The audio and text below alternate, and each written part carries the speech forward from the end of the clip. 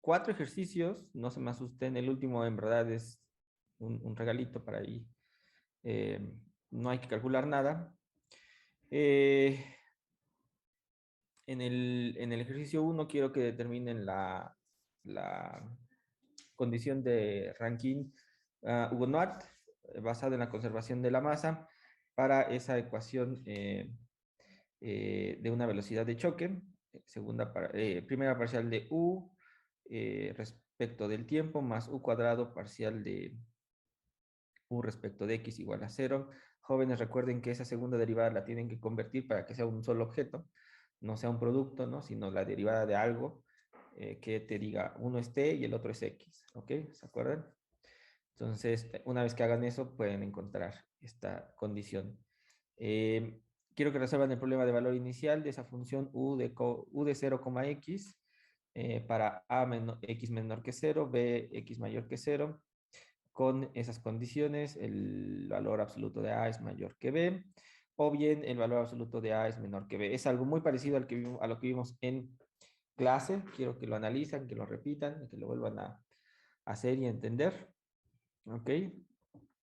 El ejercicio número 2, perdón, el ejercicio número 2 es que escriban una forma explícita para la solución al problema con valor a la frontera. Eh, Me equivoqué, con valor, con condiciones iniciales, no son a la frontera, porque una es la función y otra es la velocidad o la derivada de la función. Resuelvan esta ecuación diferencial, ya lo vimos, cómo se resuelven estas, ¿no? De hecho, está la famosa fórmula de D'Alembert, ¿verdad? Entonces, quiero que con calma, con cuidado, resuelvan esta ecuación, impongan estas dos condiciones, piensen que X vive en todo el eje real y que T es mayor o igual que 0. ¿Ok? Aquí es una pregunta, ¿no? O tienen que dar con argumentos si la solución, la función que tenemos aquí, es una función periódica de t. ¿Ok? Si no, ¿por qué? El inciso C de ese mismo ejercicio es que vuelvan a tomar la misma ecuación, ¿ok? Y ahora ya no es la ecuación homogénea, sino es la ecuación no homogénea, ¿no? La función de forzamiento es este coseno de 2t. Impongan las mismas condiciones, ¿no? Iniciales, resuelvan el problema, pero ahora con esta fuerza externa que está modificando su sistema, ¿ok? Entonces, si conocen esta solución, acuérdense que pues, lo único que tienen que calcular aquí es la solución particular y pues, se la suman a la que era la solución a la homogénea, ¿verdad? Entonces, tampoco es que sea tanto más que hacer, hay que ocupar lo que ya sabemos de la ecuación anterior. El ejercicio 3 es que muestren que y de x, t, escrita de esta forma, una función f que es 2x más 5t, y sumamos una función g que depende de 2x menos 5t, es la solución general a esta ecuación diferencial. Quiero que demuestren que esta es la solución general y que encuentren la solución particular que satisface estas condiciones. En la posición inicial, bueno, sí, perdón, sí, en la posición inicial vale seno de 2x y la velocidad inicial vale 0. ¿Ok? Entonces, es otra vez resolver una ecuación de estas de onda, ¿no? Que es lo que vimos esta semana. Y por último, el regalito que ahí les dejo es expresar la naturaleza de cada una de las siguientes ecuaciones. Es decir, de estas dos, que me digan si es elíptica, parabólica e hiperbólica. Puede que agarren y alguien me diga, es tal o cual tipo de ecuación. No sean malitos, si lo dejan así, pues van a tener medio punto, porque lo que quiero es que me digan por qué sabemos que es elíptica, por qué sabemos que es parabólica o por qué sabemos que es hiperbólica. ¿Okay? ¿Se acuerdan? Hay que jugar con los coeficientes para identificar qué tipo de ecuaciones. Entonces, si nada más me dicen el tipo sin explicarme por qué, va a medio punto, ya de una vez se los aviso. ¿Ok? Entonces, para que tengan su punto completo, tienen que decir qué tipo y argumentar por qué es de ese tipo que están diciendo en su respuesta. ¿Sale, vale? Entonces, en realidad son 3 ejercicios, ¿no? El más largo es el ejercicio número 2, ¿no? Que hay que hacer como solución de dos ecuaciones diferenciales, pero la segunda, pues es el complemento de la primera, ¿no? Entonces, en verdad tampoco es que sea tan pesado, por eso les puse de fecha el día lunes a las 12 del mediodía, ¿ok? A las 12 del día pueden entregar su tarea y ya, se me van a descansar, yo los dejo descansar 2 semanas para que se repongan de este fin de año. Entonces, eh, esa es su tarea, ¿ok? Cualquier duda sobre los enunciados que tengan, mándenme un correíto, ¿no? Y trato de contestar el fin de semana. O bien, de una vez, si hay algo, puedo compartir otra vez. Si hay algo que no haya quedado claro, pues hablen ahora o callen para siempre. En el último ejercicio requiere la región en la que son elípticas, parabólicas o hiperbólicas, porque como en el inciso B son variables los coeficientes, pues podría darse el caso, ¿no? Sí, me parece bien. ¿Qué tal si alfa es negativo, alfa es positivo, ¿no? También, sí. Sí, necesito que me digan las regiones. Sí, gracias. Órale, pues. ¿Alguna otra duda, jóvenes?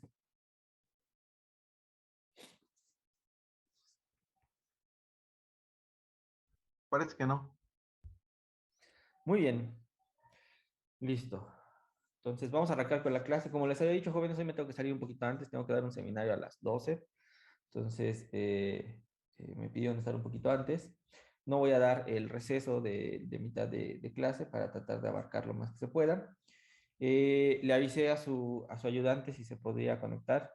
La verdad es que le avisé hoy en la mañana. Espero lea a tiempo el mensaje eh, y se conecte.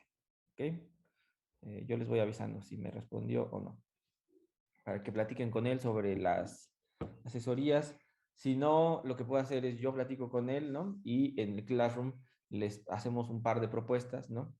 De qué es lo que se puede hacer en cuanto a los horarios. El horario creo que ya lo habíamos fijado un poquito, eran los viernes en la tarde, a las 3 de la tarde, si no recuerdo, para que tuvieran esa sesión.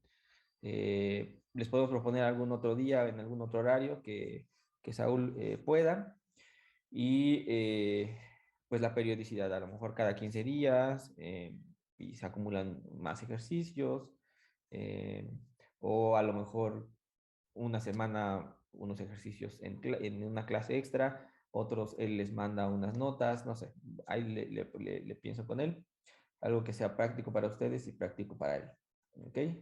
Pero si se conecta, pues ya, platicarán ustedes con él y llegarán a un acuerdo.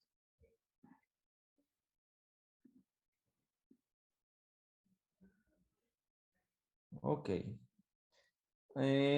Entonces, el día de ayer empezamos a trabajar con unas ecuaciones lineales de segundo orden de forma general, ¿no?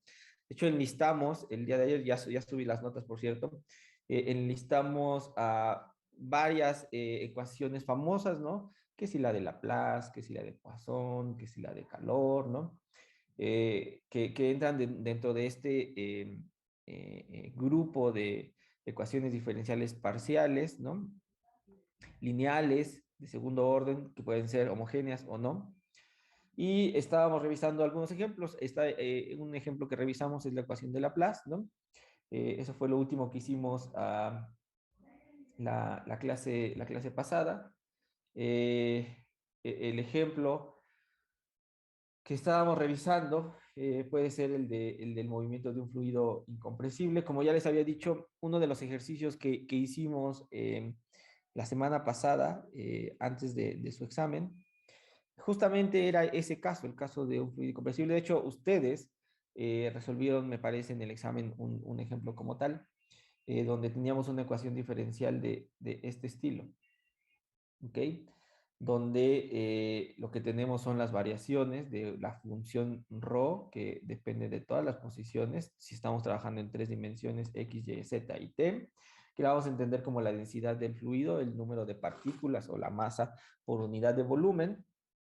Y si uno quiere ver las variaciones de esa densidad, pues uno tendría que preguntarse las variaciones de esa densidad respecto del tiempo. Uno tendría que preguntarse que desde luego tendrían que ser eh, completadas por las modificaciones de esa misma densidad en el espacio. Una densidad que no va solita, sino va con algo que se llama el campo de velocidad. Si ven ahí, es una ρ por v. V es un vector tridimensional eh, que te dice esencialmente cómo se mueve en cada una de las direcciones el fluido. ¿Ok? Entonces, si uno sabe cuáles son las velocidades en cada una de las direcciones, uno sabe la dinámica esencialmente, porque lo que te vas a preguntar es, ¿y cómo cambia, ¿no? esa velocidad? Es decir, si existe una aceleración o tal vez no, la velocidad sea una constante y entonces eso sale, digamos, de la derivación y simplemente lo que uno se pregunta es cómo cambia la densidad como función del espacio, ¿no? En cada una de las direcciones, si existe un cambio o no.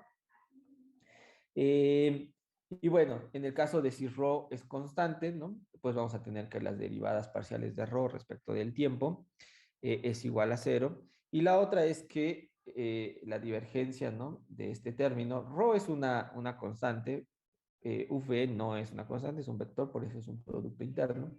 Entonces, en lugar de aplicar este operador, ¿no? Nabla a ese producto, realmente pues ρ va a salir porque es una constante y es aplicar Nabla a el vector v, que es el campo de velocidades.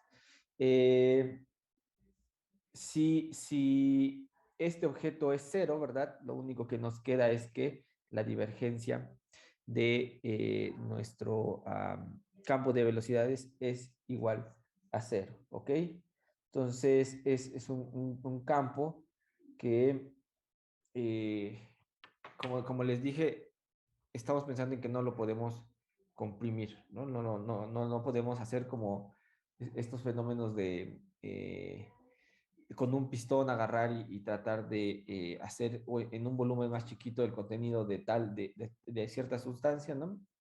No se puede en este tipo de sistemas, no hay este gradiente de velocidad esencialmente debido a que se pueda comprimir o expandir. Entonces, por eso esta divergencia es igual a cero. Si además el movimiento es irrotacional, es decir, no tenemos este movimiento angular, ¿no? Que esté moviéndose de manera angular, el vector de velocidad puede ser expresado como el gradiente de una función escalar. ¿Ok? Eh, Eso quiere decir que la velocidad, ¿no? El vector velocidad puede provenir de menos el gradiente de una función v. ¿Ok? Y la ecuación de continuidad se convierte en la ecuación de Laplace, porque entonces lo que teníamos antes nada más era la divergencia de el campo de velocidad, ahora es la divergencia de menos el gradiente de nuestra función v. ¿Ok? Donde v la vamos a entender como ese campo que genera a nuestras velocidades, el potencial velocidad. Entonces, si uno recuerda, esto simplemente se convierte en el laplaciano, ¿verdad? Aplicado a la función v igual a cero. Esta sí es la ecuación de Laplace, ¿verdad? Entonces, partimos de una ecuación de continuidad, esencialmente, ¿no? Y lo que podemos ver, ¿no? Si el campo es conservativo, ahorita lo voy a mencionar más adelante. Si el campo no gira, ¿verdad? Y aparte no se comprime, eso quiere decir que la densidad es constante, ¿no? Esto se convierte simplemente en la ecuación de Laplace. Habíamos visto también el ejemplo de la ecuación de Poisson, ¿no? Aquí ya ocupamos el campo electrostático y lo que tenemos o lo que queremos explorar es la fuerza entre dos cargas, una carga Q y una carga Q' en un medio homogéneo e isotrópico. Entonces, lo que tengo al final de cuentas es la ley de Coulomb, aquí está, ¿no? La interacción entre dos cargas eléctricas puntuales, estáticas, y entonces esta fuerza es igual a una constante veces el producto de las cargas entre la distancia al cuadrado que hay entre ellas, y desde luego esta fuerza va a apuntar en la dirección radial. Sabemos que es una fuerza que es isotrópica, ¿no? Que no depende de los ángulos, entonces de lo único que va a depender es de qué tan lejos estés o qué tan cerca estés, y por lo tanto podemos trabajar en unas coordenadas esféricas y pensar que una de ellas, la única que entra en el juego, es el vector radial. La constante se va a determinar dependiendo del sistema de unidades, ¿no? Entonces, un campo eléctrico E se dice que existe en una región si una carga estacionaria Q', en esta región experimenta una fuerza F, ¿no? Este es un objeto que es un vector, la fuerza también es un vector, ¿verdad? Proporcional a la dirección en la cual se están comunicando estas dos cargas. Y lo que hacemos para encontrar el campo eléctrico simplemente es tomar el límite de cuando esta carga prima, ¿no? Esta carga estacionaria que está reaccionando o está experimentando esta fuerza, cuando tomamos el límite de esa carga yendo a cero del cociente de la fuerza entre Q prima. ¿Se dan cuenta si yo tengo Q prima dividiendo acá, ¿no? Esencialmente me estoy quitando la dependencia de esa carga prueba y me estoy quedando justamente solamente con lo que está produciendo la otra carga, la carga Q, que sabemos que una carga puntual eléctrica, sea lo cual sea su carga, eso ya aumentará o disminuirá la intensidad del campo eléctrico, pues lo que genera es un campo completamente radial, ¿no? Depende si es positiva, pues estas cosas, las líneas del campo las dibujamos que salen, ¿verdad? Esto se supone que es radial. Y si es una carga negativa, pues las líneas de campo que siguen siendo radiales van a apuntar hacia esta carga eléctrica.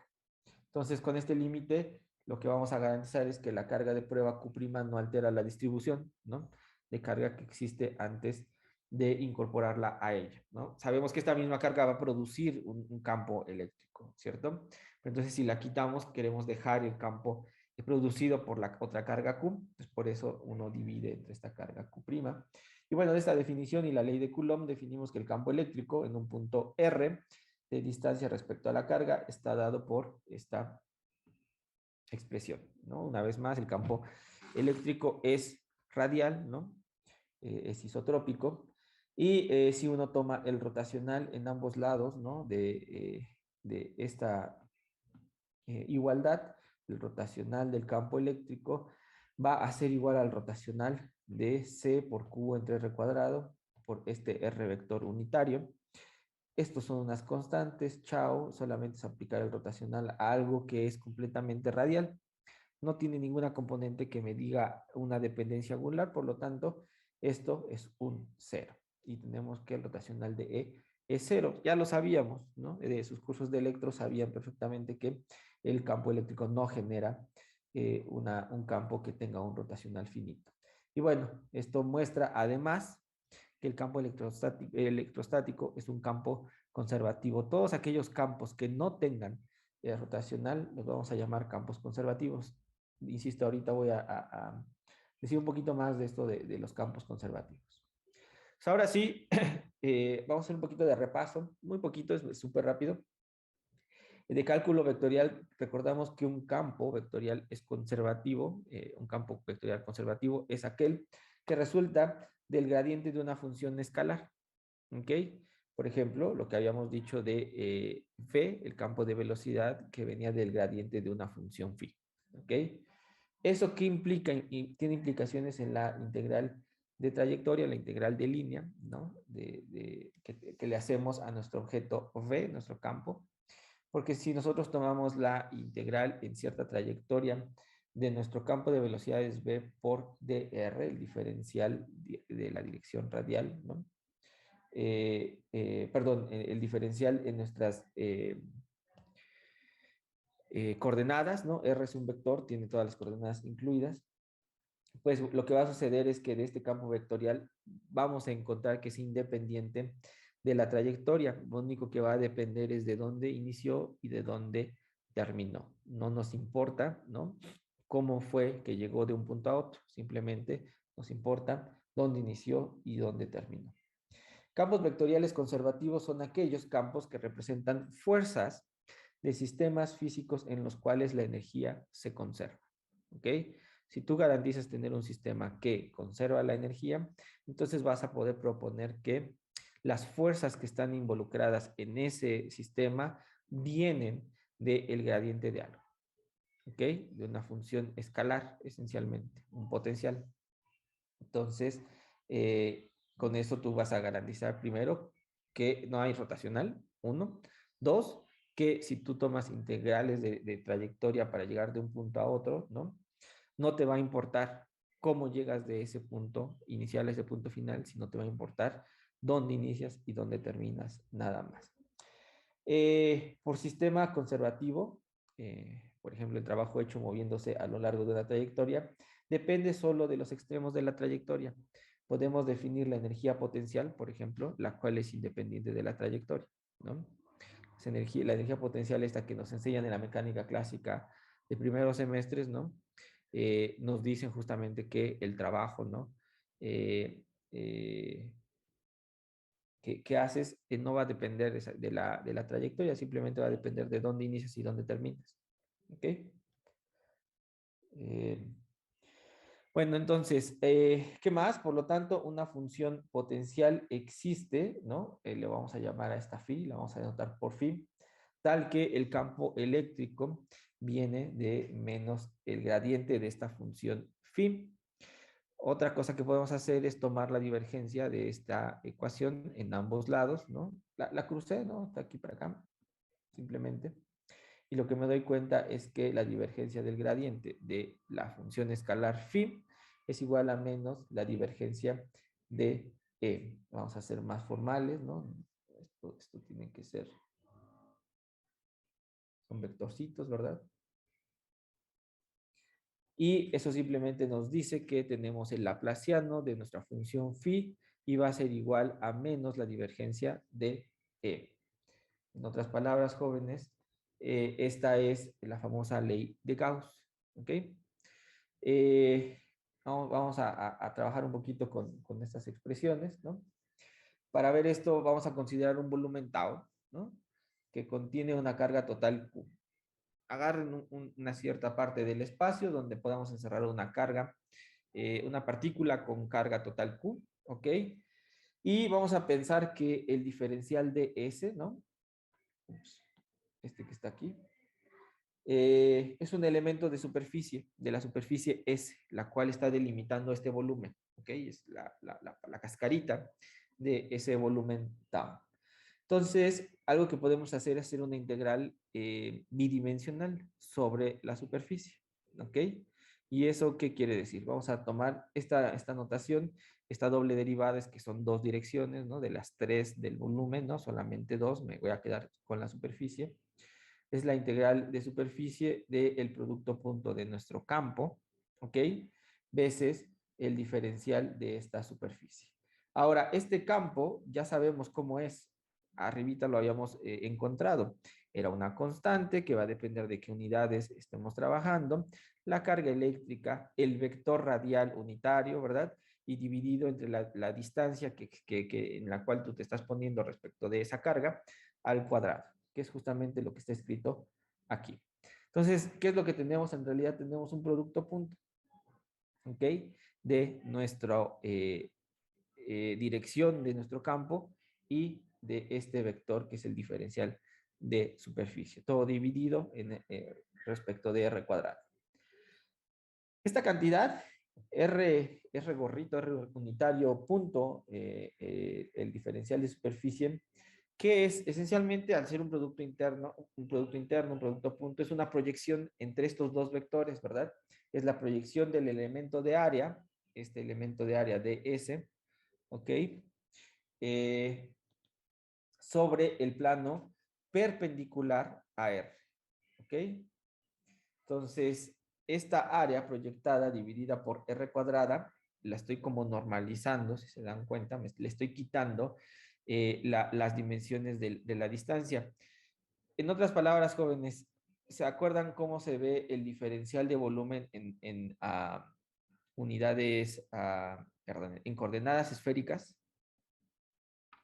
Es r cuadrado seno de teta por dr de teta de phi, ¿no? Exactamente. Y si yo divido entre R cuadrado, ¿qué me queda? Ah, bueno, solo el seno del ángulo. Me queda una información puramente angular, ¿verdad? Exacto. Ok, entonces, esta proyección, ¿verdad? Y además que está dividida por R cuadrado, lo que me queda en realidad es el ángulo, déjenme, el ángulo sólido subtendido por esta diferencial de superficie, el cual normalmente se escribe como d omega, una omega mayúscula, ¿ok? Por lo tanto, lo que vamos a obtener al final de cuentas es que esta integral de superficie, esta integral en dos dimensiones del producto punto del campo eléctrico veces el diferencial de la superficie, ¿verdad? Un vector perpendicular a esta, es igual, expresando de manera o poniendo de manera explícita a nuestro campo eléctrico, es el producto de estas dos constantes, C y Q, que es la carga, y las constantes que ya más adelante se pueden determinar dependiendo del sistema de unidades que estemos ocupando, la doble integral sobre la superficie del producto interno del vector radial, porque ya sabemos que el campo es radial, por el diferencial, este vector perpendicular a la superficie, ¿verdad? A un cachito de superficie dividido entre r cuadrada, no es más que C por Q veces la integral de superficie, pero solamente del término que es el ángulo sólido subtendido, es decir, las variaciones en estas dos direcciones angulares, phi y teta, si lo quieren ver así.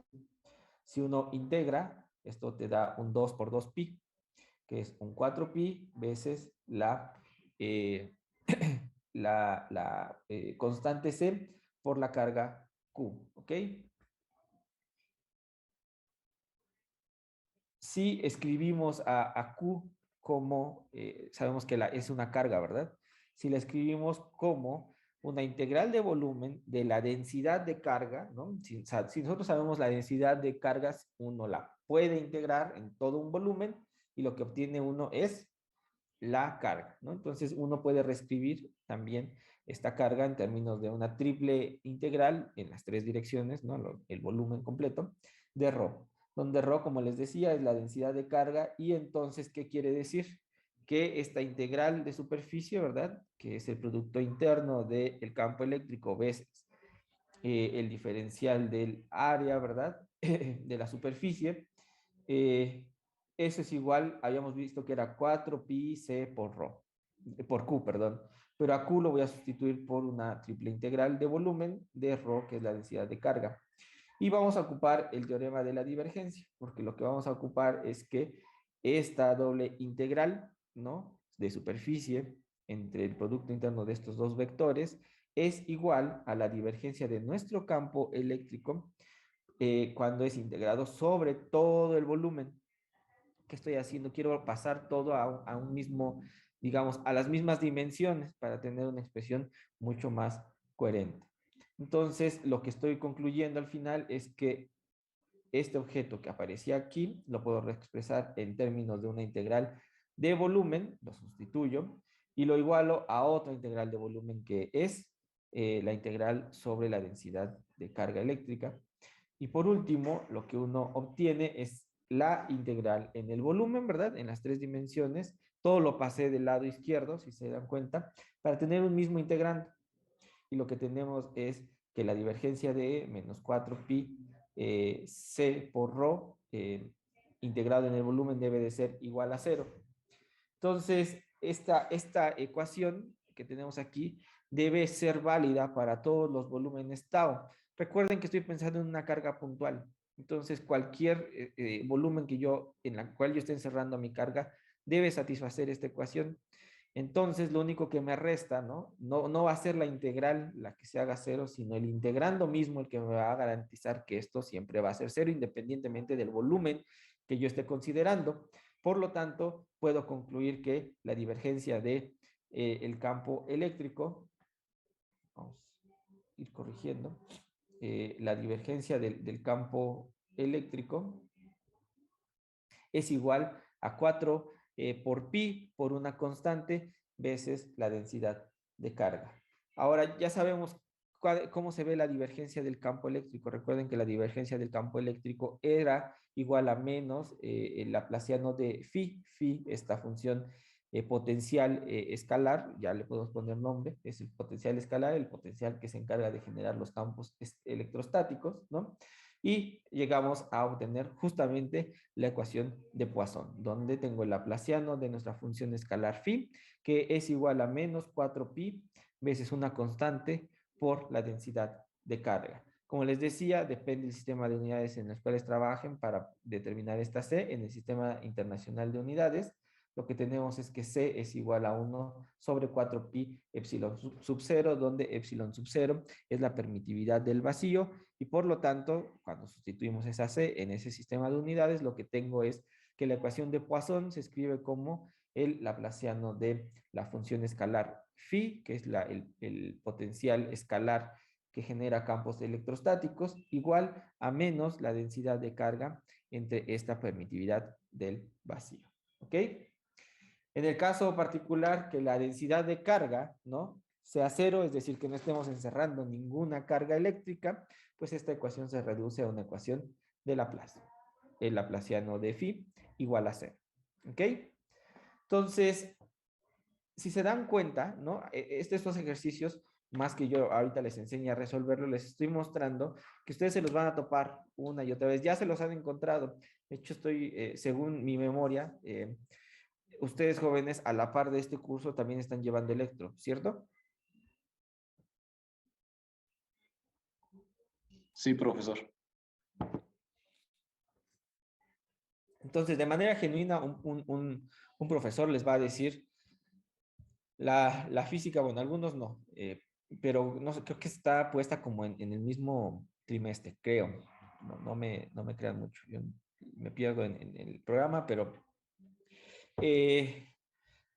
como les decía alguien, un maestro razonable, ¿no? Les va a decir qué significan estas ecuaciones en términos de la física, que si esta ley de Gauss, de Faraday, bla, bla, bla, que si, qué significa que sea conservativo, no conservativo, cuáles son las características que uno encuentra de este tipo de sistemas, las modificaciones que uno puede hacerle a que tengas una carga, dos cargas, a que pongas una superficie regular, una superficie irregular para calcular los campos eléctricos, etcétera.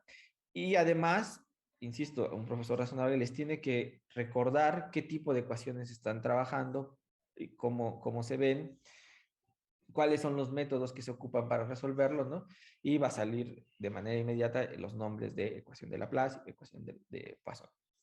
En caso que no, pues yo parto al revés, trato de agarrar a eh, eh, desde las matemáticas. Les planteé 3 ecuaciones o 4 en la clase pasada, ¿no?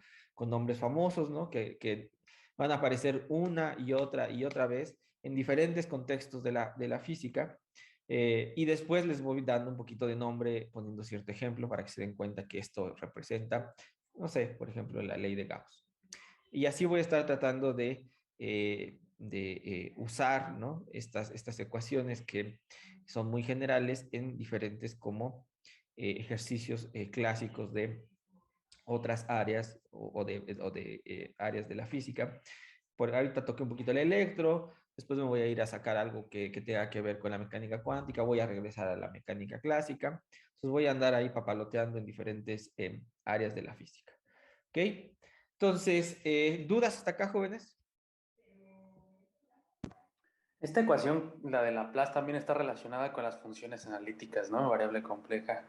Entonces me imagino, no sé si los métodos de esa área supongo que ayudan a resolverla, tal vez. Claro que sí, porque acuérdense que soluciones que van a salir aquí van a depender de una fase.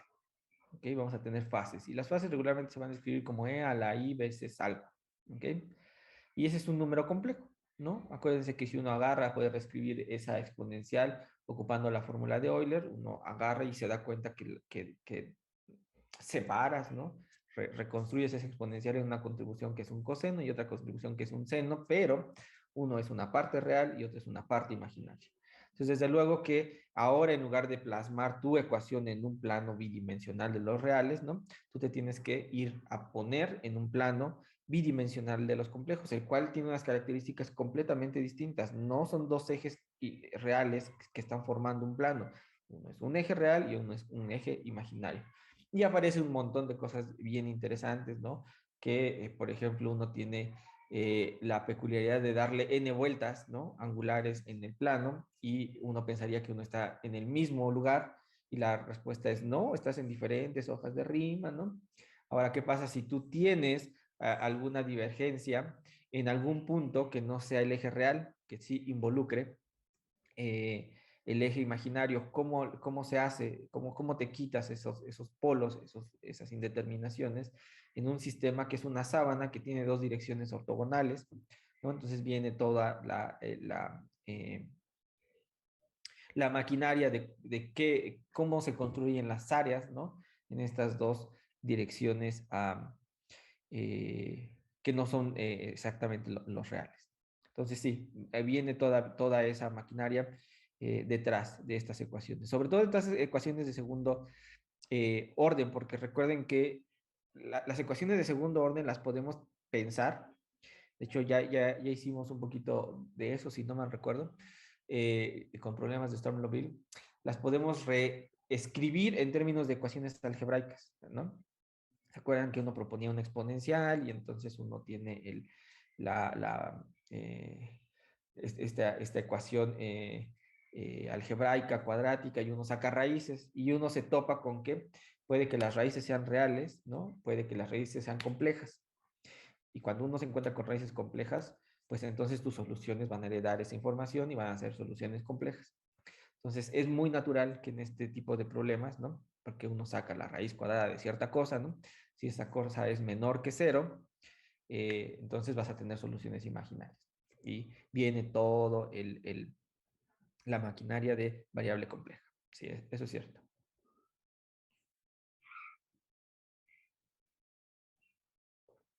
Muy bien, ¿alguna otra duda, jóvenes?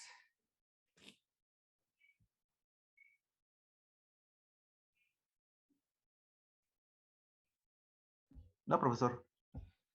Ok, su ayudante me acaba de confirmar que sí entra a las 11:40 a platicar con ustedes.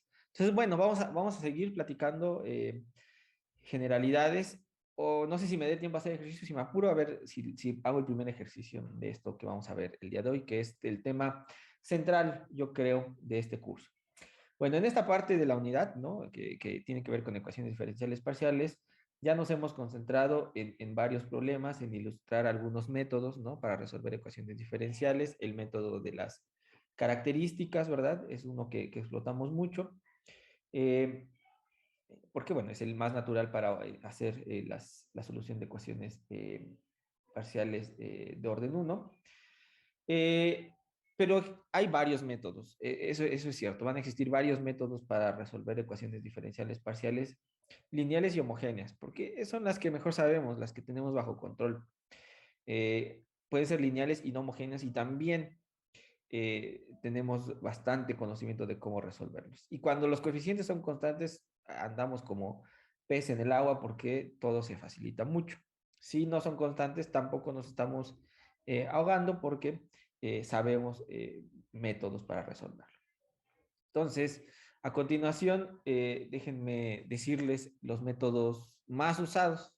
El primero es el que todo libro de ecuaciones diferenciales les va a presentar como la forma de solucionar, que me parece que no dice absolutamente nada.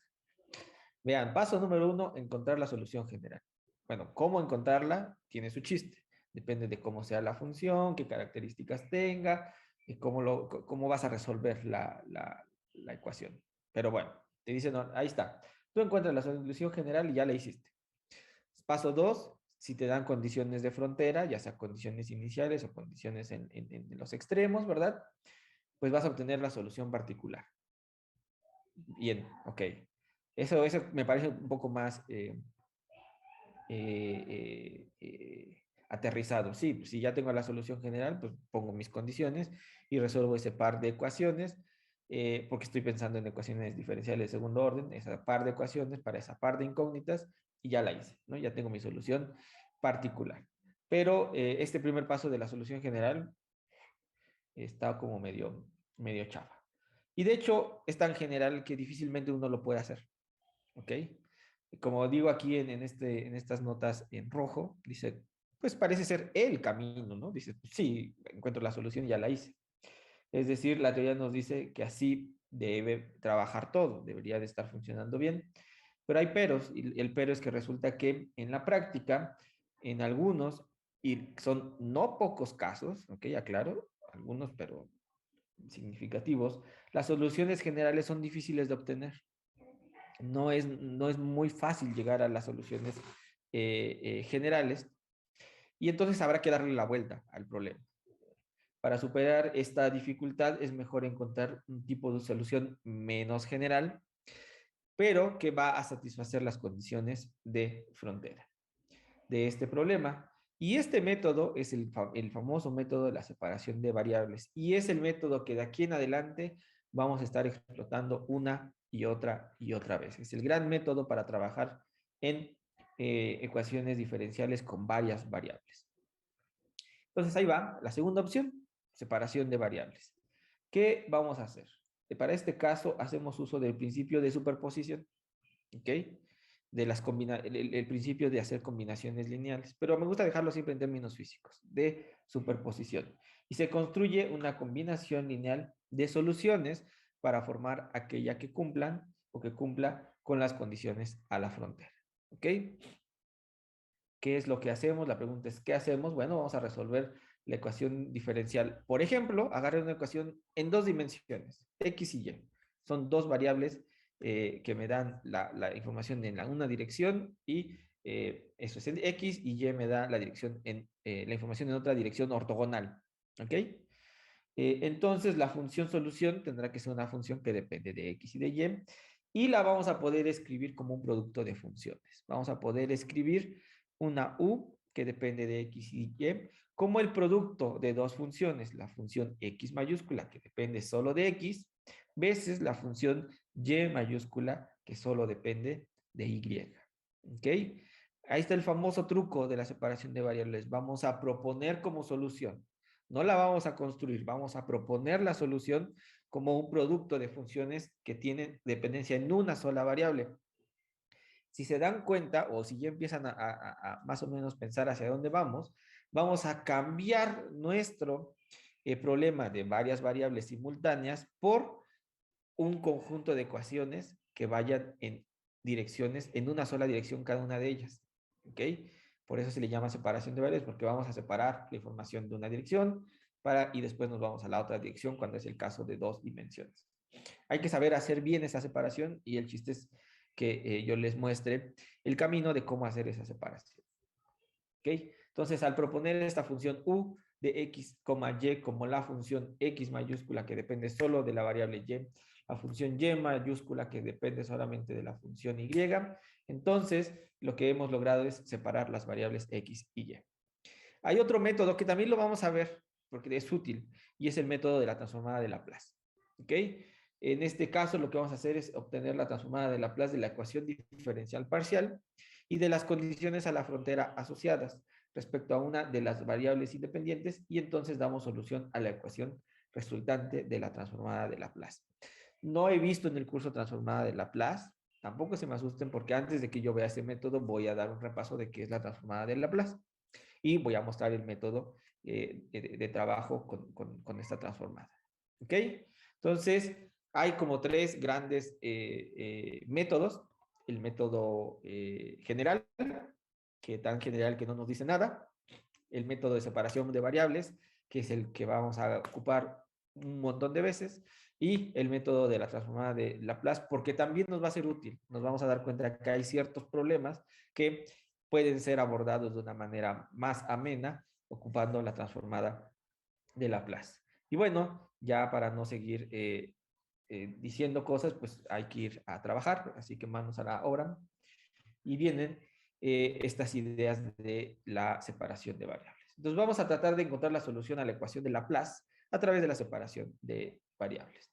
Voy a trabajar en una ecuación de Laplace dos dimensional, ¿sale? Ahorita no voy a meter en problemas, voy a extender pronto ya a tres variables espaciales, porque esa es la física que más nos importa, porque es la que abarca muchos más problemas. Cuando queremos describir algo de la naturaleza, regularmente tenemos que referirnos a un sistema tridimensional.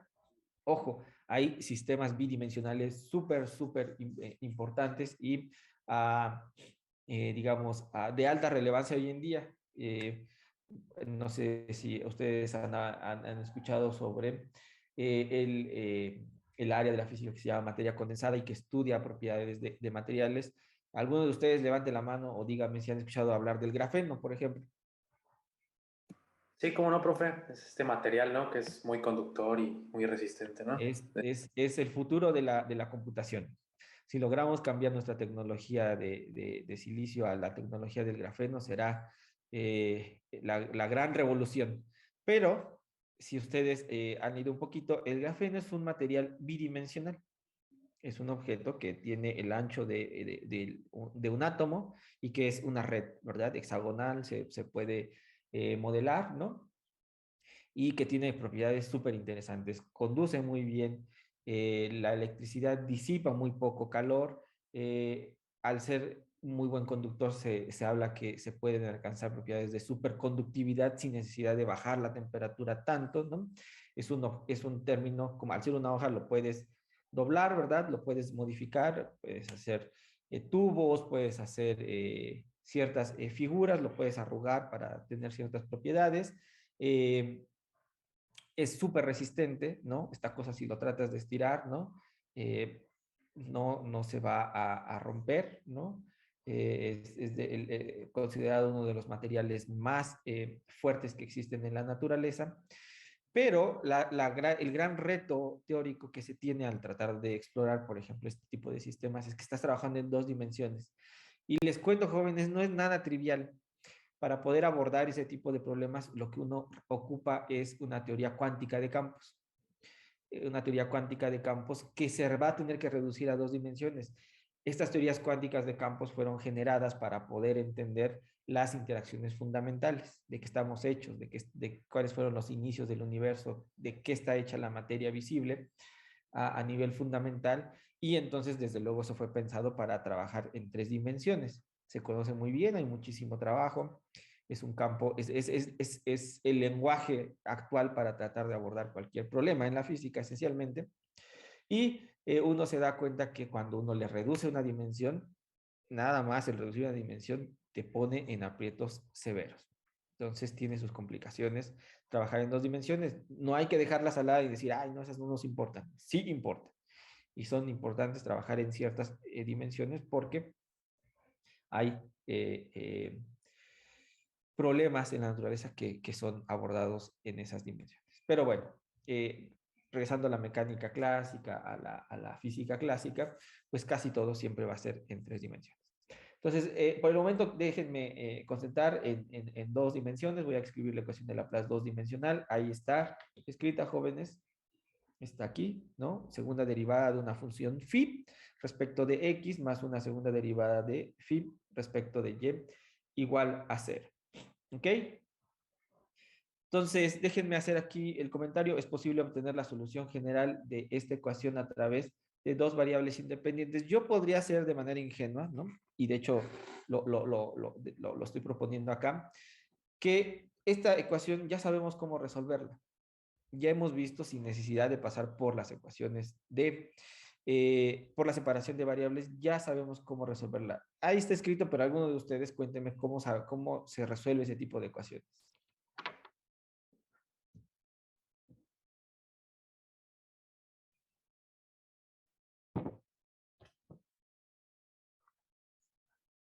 De hecho, es su tarea, jóvenes, así que Es como la ecuación de onda, ¿no? Pero en lugar de c cuadrada, digamos que está igualada a 1. Es sí, menos. Es como un menos un, no, ¿cómo se llama? Menos i al cuadrado, ¿no? sí, sí. A ustedes o bueno, ya vimos que estas ecuaciones de onda las podemos reescribir como un producto de dos ecuaciones, Lineal. bueno, lineales y de orden uno, ¿verdad? Y que analizamos que ese producto, ¿verdad? De dos operadores lineales me van a describir una onda, ¿no? Que viaja hacia la derecha y una que viaja hacia la izquierda, pero como su compañero se dio cuenta, regularmente trabajábamos con un signo menos acá, ¿verdad? Que lo que hacía era garantizar que nuestra separación, ¿no? Cuando el producto de esos dos operadores me diera que los coeficientes de cada uno de ellos fueran reales. Resulta que esto está bien bonito porque esta ecuación, a pesar de que no tiene ese signo, también podemos aplicar el mismo método. La interpretación será un poquito más difícil porque vamos a tener algo así como una velocidad imaginaria. ¿ok? Entonces, esto parece que ya lo vimos, de hecho, ¿no? Tengo mi segunda, mi ecuación diferencial de segundo orden, ¿verdad? Que la voy a descomponer en este producto y eso va a ser igual a 0. Eh, Solo que para poder hacer ese producto, lo que voy a obtener es que el coeficiente del segundo término, pues va a ser más menos i, ¿no? Más i para este término y menos i este otro término, donde i es el número imaginario. Este me va a decir la onda que viaja hacia la izquierda, este que me va a decir la onda que viaja hacia la derecha. Voy a poder construir mis variables características, las cuales serán unas variables características que ya no son reales, sino son complejas, ¿no? Aquí ayudando o aportando a lo que preguntaban hace un rato sobre la importancia de la variable compleja, pues vean que empieza a aparecer aquí. Entonces, tenemos estas dos variables características complejas ahora, que son una transformada galileana como generalizada en el sentido de que no seno no es un número real en este caso, es un número imaginario. Como les decía, y simplemente es la raíz de menos 1. Y bueno, en términos de estas variables, ¿no? Lo que podemos hacer es escribir los operadores, ¿no? Parcial de x y segunda derivada parcial de x con la regla de la cadena. Esto se puede reescribir como la parcial respecto de la variable z respecto de x, más la derivada respecto de la variable eta por la derivada de la variable eta respecto de x. Estos son iguales a 1, si se dan cuenta, ¿no? Si yo derivo esta respecto de x y esta respecto de x, pues me da un 1.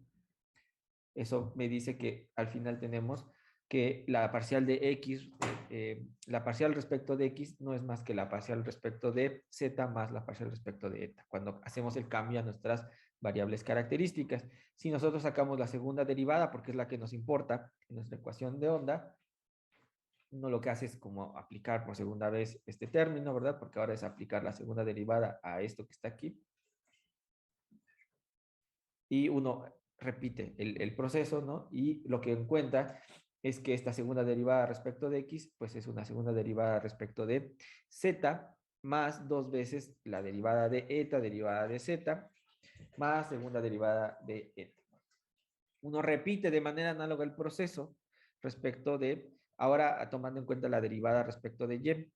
Lo que va a suceder es que ahora al hacer la regla de la cadena, las variaciones de z respecto de y las variaciones de eta respecto de y ya no van a ser un 1, sino van a ser i y menos i, si se dan cuenta. ¿Ok?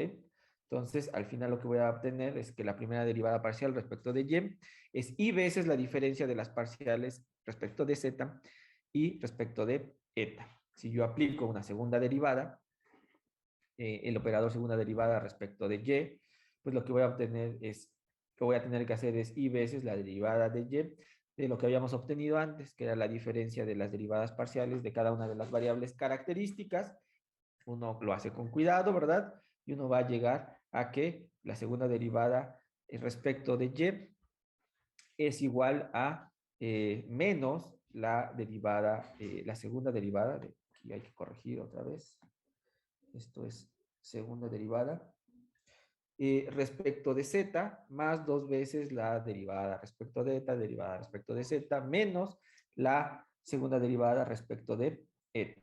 Y por lo tanto, si yo reescribo mi operador que era segunda derivada respecto de x más segunda derivada respecto de y aplicado a la función phi, en términos de estas nuevas variables, que son las variables características, lo que obtengo es, pues sustituyo estos que están aquí, estos tres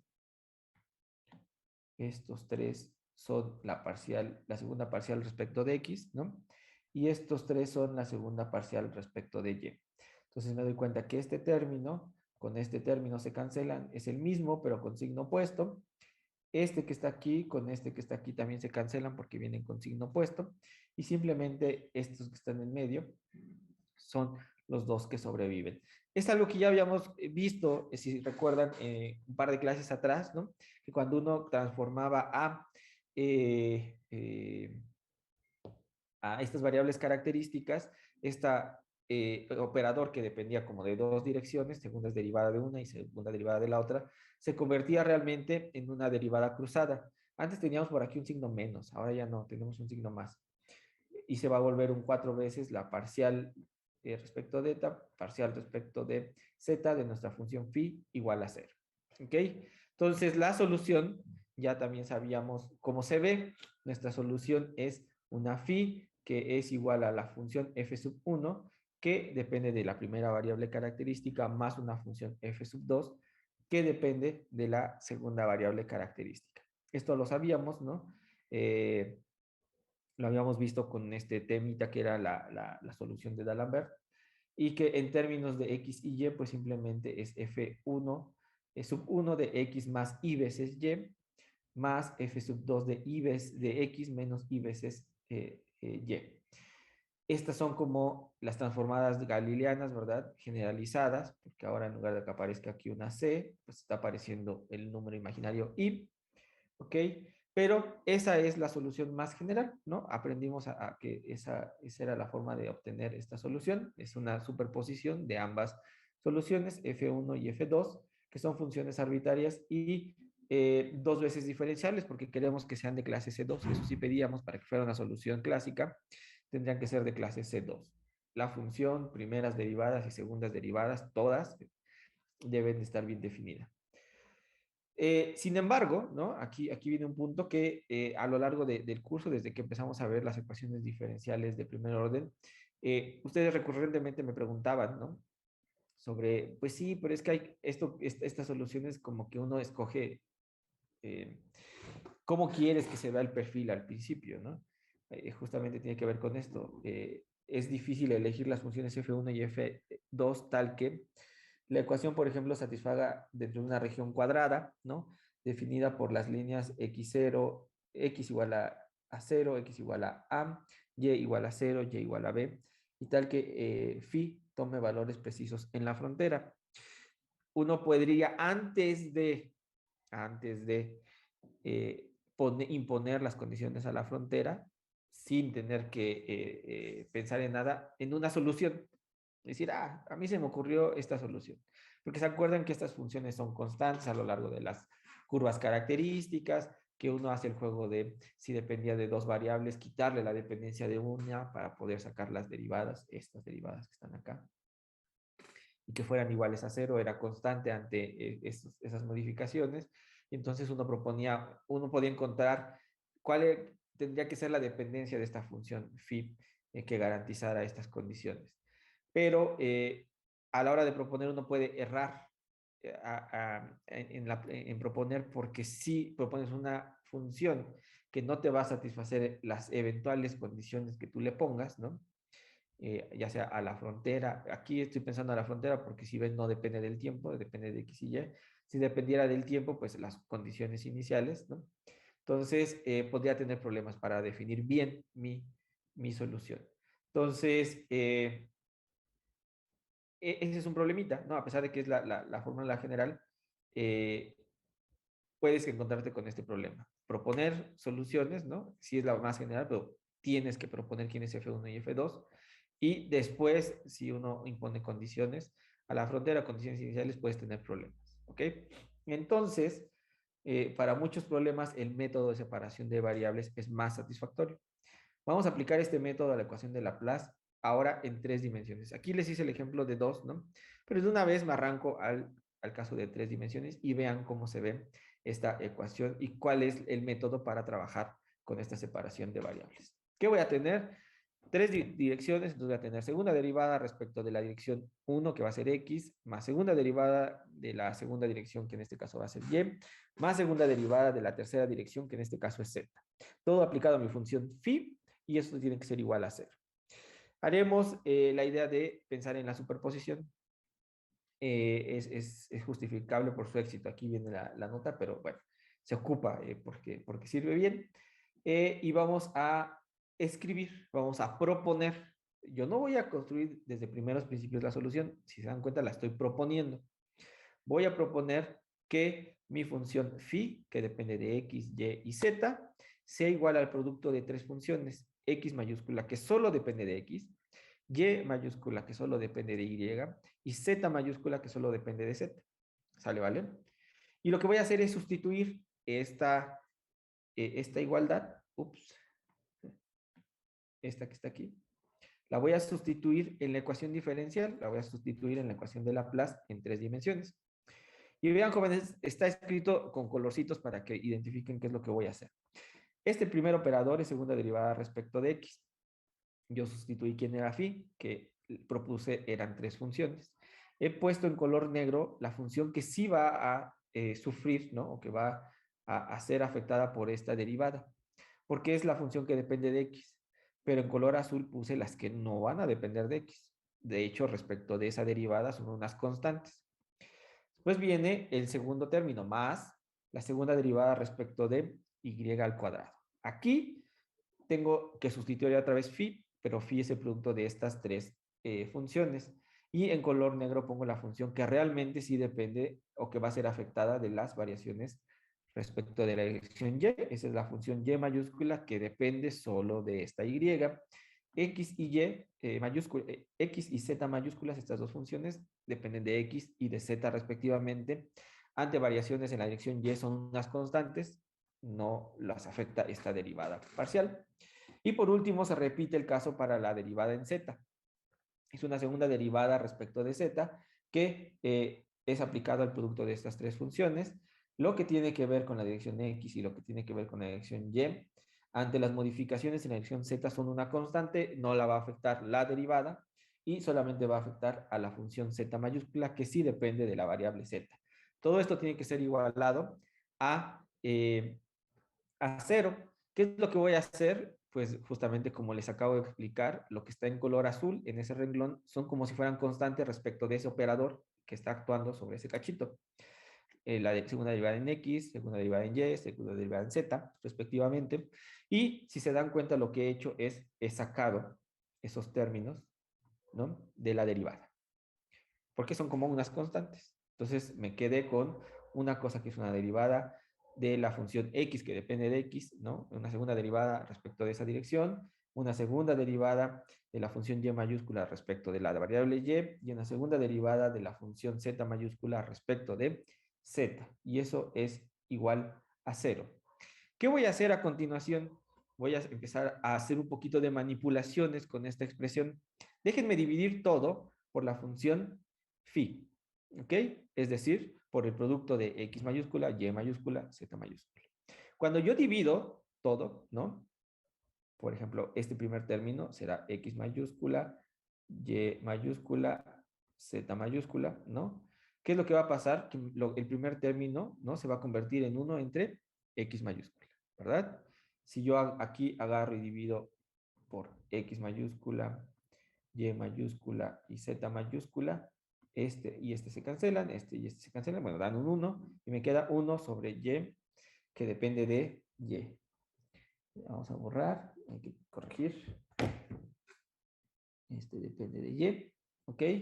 Y en el último término va a ocurrir exactamente lo mismo. Si yo agarro y divido por X mayúscula, Y mayúscula, Z mayúscula, este con este es un 1, este con este es un 1, y me queda solamente 1 sobre Z mayúscula que depende de Z, y eso es igual a 0.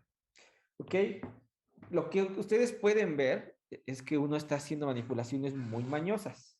Bueno, no muy mañosas, muy astutas, porque ya tengo términos independientes entre ellos. Si se dan cuenta, he ganado que este término que está aquí no depende de nada más que de X.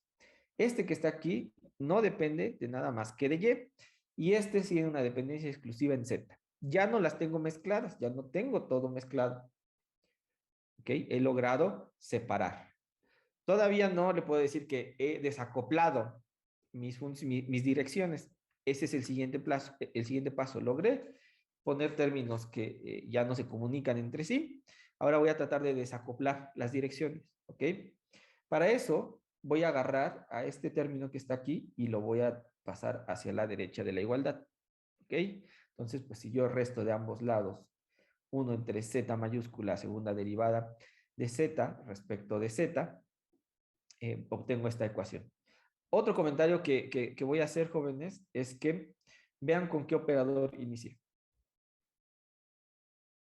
y vean qué operador tengo acá. ¿Es el mismo o es un operador diferente?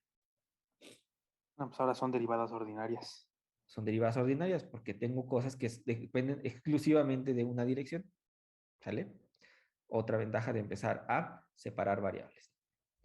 Bueno, jóvenes, entonces, como les decía, voy a agarrar, despejo a la z, y entonces lo que yo obtengo ahorita es, del lado izquierdo es una suma de dos términos, ¿verdad? Y que puedo decir es una función de x y y, ¿no? Todo lo que yo tenga aquí va a depender de x y y. Mientras que todo lo que está del lado derecho depende exclusivamente de z. ¿Ok? Entonces tengo mi ecuación diferencial. Esta es ya mi ecuación diferencial nueva. Esta ecuación va a tener solución, ¿no? Cada lado, si cada lado debe, o si lo que hago es igualar cada uno de los lados a la misma constante, ¿ok? Yo sé que lo que le suceda a esto debe de ser igual a lo que le suceda a esto. Pues los que ambos tengan una relación a través de una constante, ¿ok? Y de hecho llamaremos a esa constante, en este caso, k sub 3 al cuadrado. Lo escribo. Por un lado, lo que tengo es estos dos términos iguales a k sub 3 al cuadrado. Y por otro lado, lo que yo tengo es menos 1 entre z, segunda derivada de z respecto de la variable z, igual a k sub 3 al cuadrado. Esto es igual a k sub 3 al cuadrado, esto también, eso implica que esto es igual a esto. ¿Ok? Déjenme ir para acá con esta flechita. Vean que lo que estoy haciendo ahora es agarrar a este objeto y mandarlo a la derecha. Una vez más, como lo que estaba haciendo con la z. De tal manera que del lado izquierdo me queda algo que solamente depende de x. Y del lado derecho me queda algo que solamente depende de y. Acuérdense que k sub 3 es una constante. Entonces todo esto solamente depende de y. Todo esto depende de x. Este que estaba aquí es este término que solamente es una ecuación en z. De hecho, uno puede trabajar acá, ¿no? Y reescribirla y uno se da cuenta que esto se puede convertir en segunda derivada de z respecto de z más la función z mayúscula veces k sub 3 al cuadrado igual a 0. ¿Ok? Entonces, déjenme la subrayo tantito. Ya tengo una ecuación en una dirección. ¿Sale? Ahora déjenme seguir trabajando con la otra que tengo, esta que estaba acá, que todavía tengo dos direcciones que están relacionadas. De la ecuación, esta que es 1 entre x mayúscula segunda derivada de x mayúscula respecto de la variable x igual a menos 1 entre la función y multiplicada a la segunda derivada de esa función y respecto de la variable y, ¿no? Más k sub 3 al cuadrado, podemos repetir la idea de separar ambos lados, al igualarlos ahora a una constante k sub 1 al cuadrado. ¿Qué nos va a dar? Nos va a dar lo siguiente. Aquí está. De un lado voy a tener esta segunda derivada, 1 entre x veces la segunda derivada de la función x respecto de la variable x igual a k sub 1 al cuadrado. Y eso me va a generar otra ecuación. De hecho, aquí esta sí la subrayé. Es la segunda derivada, ¿no?, de la función x respecto de x al cuadrado menos k sub 1 al cuadrado veces la función x igual a 0. Y la otra ecuación que me queda es menos 1 entre y, la función y, veces la segunda derivada de la función y respecto de la variable y, más k sub 3 al cuadrado, que eso debe de ser igual a k sub 1 al cuadrado. Despejo, ¿no? Paso este término para acá y multiplico todo por la función y. Lo que al final voy a concluir o voy a llegar es que tengo una menos segunda derivada de la función y respecto de la variable y igual a esta función y veces la diferencia de k1 al cuadrado menos k sub 3 al cuadrado, que a este objeto lo voy a renombrar, le voy a decir que es la variable k sub 2 al cuadrado. Y entonces simplemente escribiendo o reescribiendo esta ecuación, lo que obtengo es una segunda derivada de y respecto de la variable y menos la función y veces k sub 2 al cuadrado igual a 0. ¿Ok? Entonces, ¿qué es lo que he logrado hacer aquí, jóvenes?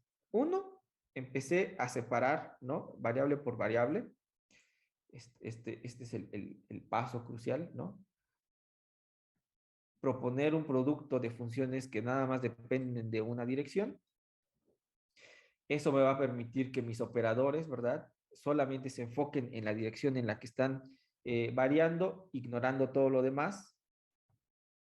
Eso me ayuda a, haciendo un poquito de labor algebraica, al proponer que divido sobre phi, eso casi siempre va a ocurrir, ¿no? Lo que logro es aislar por completo, ¿no? En este caso es el más sencillo, ya verán que se va a complicar un poquito, pero esto es como una receta que lo vamos a hacer una y mil veces. Lo que logro, lo que logro hacer al dividir respecto de esta phi es, ahora sí, separar por completo. Separé por completo. Ahora me falta desacoplarlas, que es el proceso que les decía. Las voy desacoplando, que agarrando y separando una por una las direcciones, proponiendo que puedo igualarlas a diferentes constantes. Ustedes a lo mejor van a decir, Luis, ¿por qué estás proponiendo k sub 3 al cuadrado, k sub 2 al cuadrado, k sub 1 al cuadrado? Va a tener que ver en que eventualmente vamos a tener que sacar raíces. Y cuando uno saca raíces, más vale que nos quedemos con k sub 3 y no la raíz de k sub 3. Un poquito de notación para simplificar las matemáticas al final. Pues, a priori uno ya, perdón, a posteriori uno ya sabe más o menos qué hacer con estas constantes. Pero bueno, uno lo va haciendo dirección a dirección. Vas desacoplando una dirección. Primero fue la Z. Después lo que hicimos fue desacoplar la Y de la X, ¿no? Y resultaron tres ecuaciones diferenciales ordinarias. De segundo orden, sí, pero ordinarias. Una, dos y tres. ¿Ok? Entonces, la solución para esta que tiene que ver con X, esta que está aquí arriba, ¿no? No es más que la solución de una exponencial. ¿Ok? Donde k sub 1 es diferente de 0. Y el k sub 1 vive entre menos infinito e infinito. ¿Ok? O bien, ¿no? Lo que uno puede tener es que esta función x, ¿ok? Sea igual a, esta es una de las soluciones. Tenemos la otra, la raíz complementaria, que sea a, un coeficiente a que depende de k sub 1 veces e a la k sub 1 por x más a' de k sub 1 por e a la menos k sub 1 x, ¿ok? Donde k sub 1 tiene que ser diferente de 0 y pues ahora sí pones que k sub 1 vive entre 0 e infinito, ¿no? Este comprendía todo el rango, este no. Entonces uno la escribe las dos partes. De forma análoga, ¿no? Lo que uno puede construir es la ecuación para y. A ver, miren, esta ecuación y esta ecuación son igualitas, ¿verdad? Entonces lo único que hace uno es proponer la solución ahora en la dirección y, porque pues ya sabemos que en x salió esto, pues en y va a salir esto que está acá. ¿Sí? A depende de x. A va a ser una constante. Estas van a ser unas constantes que van a depender de las condiciones iniciales, pero de lo que suceda en la dirección x. Eso es cierto. ¿Mande? Sí. Ok, entonces ya tenemos X, ya tenemos Y. Ahora vámonos con Z, pero me voy a regresar a Z. En el caso de Z, tenemos algo muy parecido, ¿no? Hay un signo por acá que está distinto. Y lo que uno propone es el mismo tipo de solución. Ups. Que van a ser dos exponenciales, ¿no? Donde habrá que definir quién es k sub 3, ¿no? Ahí va a venir la diferencia. Pero es el mismo tipo de solución, ¿sale? ¿Vale? Entonces, al final de cuentas, ¿qué es lo que obtenemos? Pues tenemos que sustituir cada una de ellas porque yo sé que la solución a mi ecuación diferencial parcial de segundo orden, lineal, homogénea, ecuación de Laplace, es phi, que era el producto de x por y por z. ¿Ok? Sustituyo cada una de ellas. Pues aquí está la x, aquí está la y, aquí está la z. Y entonces la solución general de esta ecuación, ¿no? Es obtenida integrando la ecuación sobre todos los valores permitidos de k sub i, que puede ser k sub 1, k sub 2, k sub 3. ¿Ok?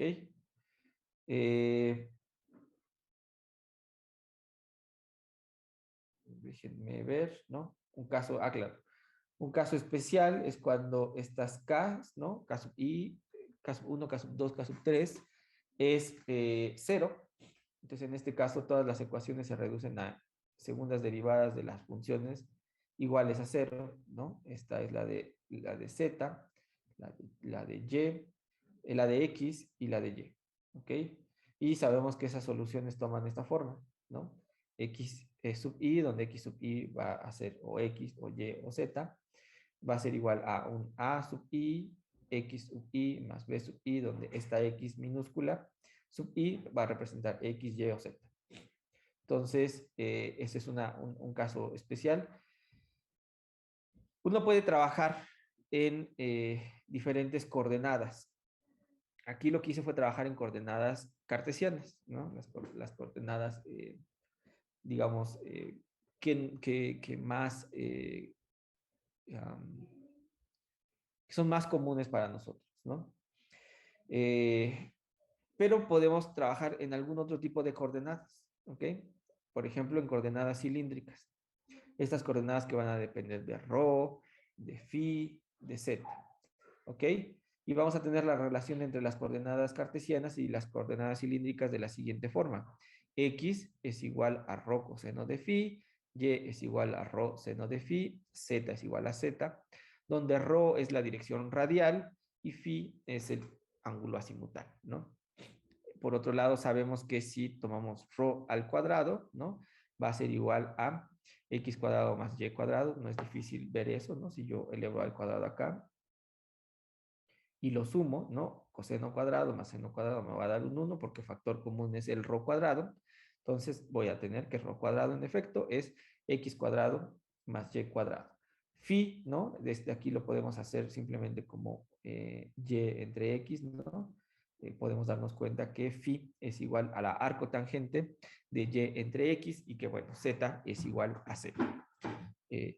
Si quieren representarlo de mejor manera, pues ρ es la raíz cuadrada de x cuadrada más y cuadrada, la magnitud esencialmente de la distancia radial.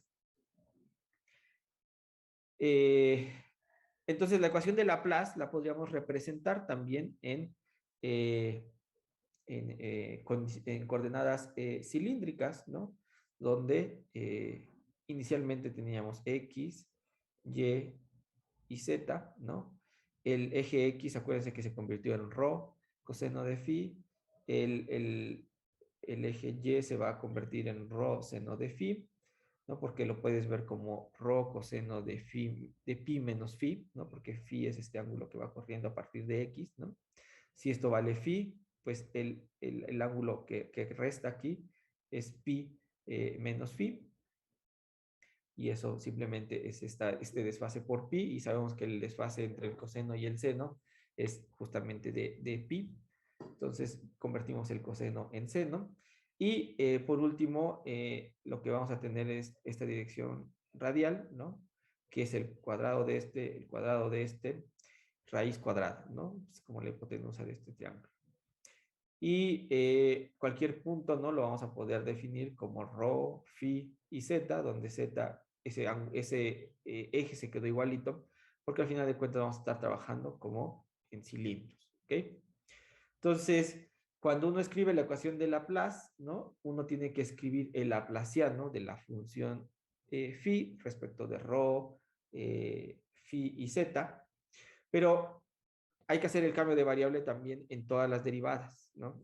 Los diferenciales ya no van a ser lo mismo. Es un trabajo que aquí creo que hago nada más una de las direcciones, no sé si hago todas.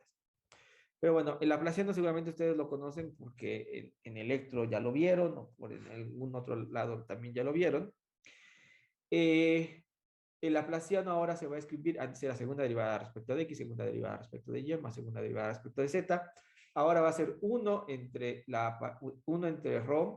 parcial de ρ del producto de ρ por la derivada de la función phi respecto de ρ, más 1 entre ρ cuadrada, segunda derivada de la función phi respecto del ángulo phi, más segunda derivada de la función phi respecto de la variable z, igual a 0.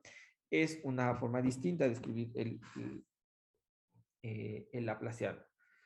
donde este laplaciano resulta de aplicar la regla de la cadena. ¿Qué es lo que teníamos en un principio? Primero, habrá que investigar quién es la parcial de phi respecto de x. Eso significa tener, por regla de la cadena, parcial de phi respecto de rho y rho respecto de x, más parcial de phi respecto del ángulo phi, veces la parcial del ángulo phi respecto de x, más la parcial de la función phi respecto de z y la parcial de z respecto de x. Si uno hace esto con calma, con cuidado, porque ya sabemos quién es rho en términos de x, ya sabemos quién es phi en términos de x y quién es z en términos de x, podemos llegar sustituyendo, ¿no? Rho es la raíz cuadrada de x cuadrada más y cuadrada, phi es el arco tangente de y entre x, z pues z, entonces no depende de x, ya rápidamente nos damos cuenta que es un cero. Uno sustituye, uno al sacar la derivada de este término y la derivada de este término obtiene esto que está aquí, ¿no? Y uno reescribe esos términos, estas expresiones en términos de las variables que queremos conservar, que son las variables cilíndricas. Entonces, reescribimos todo en esas variables. Este objeto que está aquí nos da rho coseno de phi entre rho. Esto nada más va a ser el coseno de phi. Este que está aquí nos va a dar menos rho seno de phi entre rho cuadrado. Y entonces se convierte en este término. ¿Ok? Esa es la primera derivada parcial. Nosotros lo que queremos es la segunda derivada parcial respecto de x. ¿Ok? Entonces tenemos que aplicar una siguiente derivada respecto de x a esto que ya conocemos, que es esto que está aquí. Lo hacemos, ¿no? Y entonces con mucha calma, con mucho cuidado, aquí están las notas, paso a paso, sustituyendo cada una de las cosas que sí conocemos, ¿ok? Uno obtiene que esa segunda derivada esencialmente se va a convertir en estos 5 términos, ¿ok? Que es coseno cuadrado de phi, parcial de la segunda parcial de la función phi respecto de rho, 2 veces seno de phi, coseno de phi entre rho cuadrada de la primera derivada parcial de la función phi respecto del ángulo phi, menos 2 veces seno de phi, coseno de phi entre rho de la segunda derivada de la función phi respecto del ángulo phi y respecto de la variable rho, más seno cuadrado de phi entre rho por la primera derivada parcial de phi respecto de rho. Y por último tenemos un más seno cuadrado de phi entre rho cuadrada, segunda parcial de phi, de la función phi respecto del ángulo phi.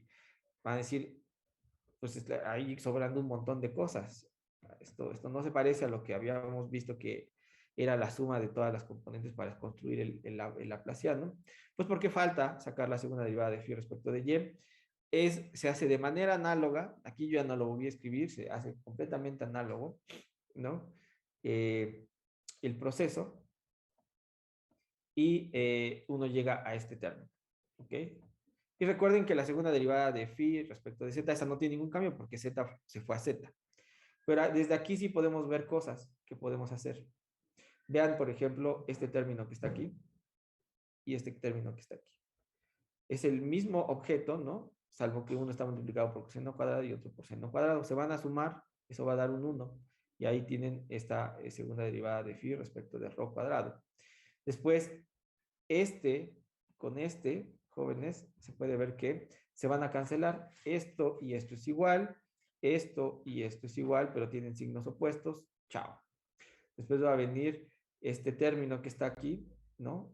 Y este término que está aquí también vienen con signos opuestos, también chao. Después va a venir este con este, que tienen como factor común 1 entre rho, parcial de la función phi respecto de rho, ambos, y uno está multiplicado por coseno cuadrado y el otro por el seno cuadrado. A la hora de sumarse nos dan un 1, ¿verdad? Y este objeto que está aquí también tiene como factor común todo esto, uno multiplicado por seno cuadrado, el otro por coseno cuadrado, a la hora de sumarse te va a dar otro 1, que todo eso está puesto en esta diapositiva, ¿no? Y nos damos cuenta que este es un 1, este es un 1, este es un 1, esta segunda parcial de phi respecto de rho, la primera derivada de phi respecto de rho, la segunda derivada de phi respecto del ángulo phi y segunda derivada de phi respecto de z. Estos dos los podemos reagrupar aquí, ¿no? Los demás se quedan aquí afuera.